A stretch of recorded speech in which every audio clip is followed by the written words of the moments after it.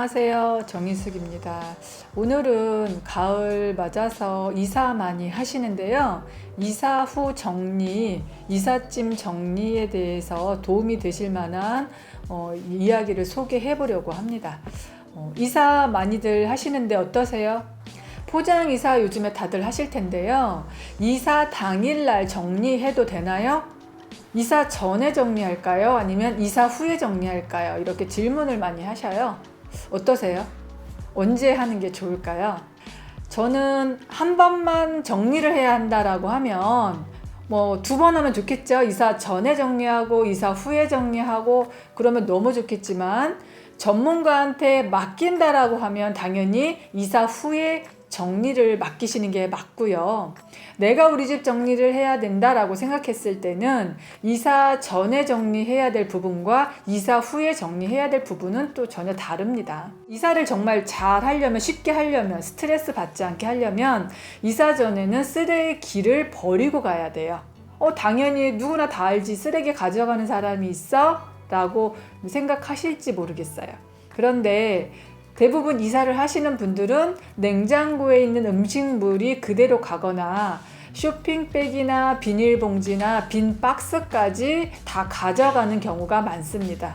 신발장도 마찬가지고 주방도 마찬가지고 대부분은 정말로 시간 내서 쓰레기만 걸러내더라도 짐이 훨씬 줄었을 텐데 라는 아쉬운 부분이 많이 남더라고요. 정리를 하고 나면 어느 집이나 버릴 물건은 다 나옵니다. 그런데 이사의 경우는 이사 비용의 짐량이 포함되기 때문에 이사 전에 물건을 줄이면 당연히 이사 비용이 줄겠죠. 한 1톤 정도의 쓰레기가 나온다라고 하면 이사 비용에 30-40만 원도 절약할 수 있다는 거예요. 그래서 그 방법을 조금 기억하셔서 이사 전에는 좀 버릴 것을 위주로 좀 이렇게 추려내신다라고 하면 이사 비용을 절감할 수 있는 방법입니다.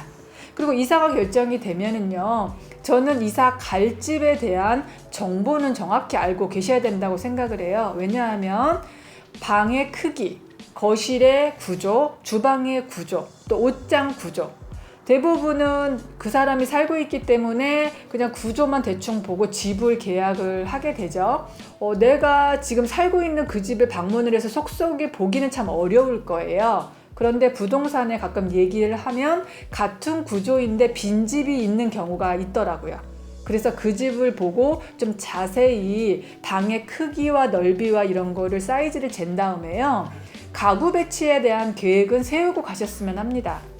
가구 배치에 대한 센스가 없어서 저는 잘 모르겠어요 라고 이렇게 또 많이 말씀하시는데요. 피아노의 위치나 장롱 위치나 침대 위치나 책상 위치 같은 것을 정하지 않고 가시면은요, 막상 이사하시고 나서 배치할 때 그 자리에 들어가지 않아서 저는 피아노를 버렸다는 분도 뵀거든요. 그래서 내가 정말 가져갈 수 있는 가구는 어떤 것이고 버릴 수밖에 없는 가구는 어떤 것인지를 정한다라고 하면 아마 비용에 훨씬 절감 효과가 있을 거예요. 그래서 방이 3개다라고 하면 방의 목적을 정하시고요, 가구 배치에 대한 계획을 세우셔서 이삿짐 하시는 분들은 어디다 놔달라고 했을 때 두시는 분들이지 그분들이 알아서 배치를 해주시지는 않습니다. 그래서 그것은 내가 주인이 계획을 세우고 아이 방, 부부 침실, 게스트룸, 서재 이런 위치를 잡으시는 것이 현명하다라고 생각을 합니다. 이사 많이 힘드시죠? 이사하시고 나면 대부분 많이 말씀하시는 게 돈도 너무 많이 들어가요, 너무 힘들어요, 2번 이사는 못할 것 같아요, 이렇게 많이 고민을 많이 하시는데요. 내가 계획만 조금만 더 착착 세우신다라고 하면 이사가 훨씬 더 스트레스 받지 않고 할 수 있을 거라 생각이 듭니다.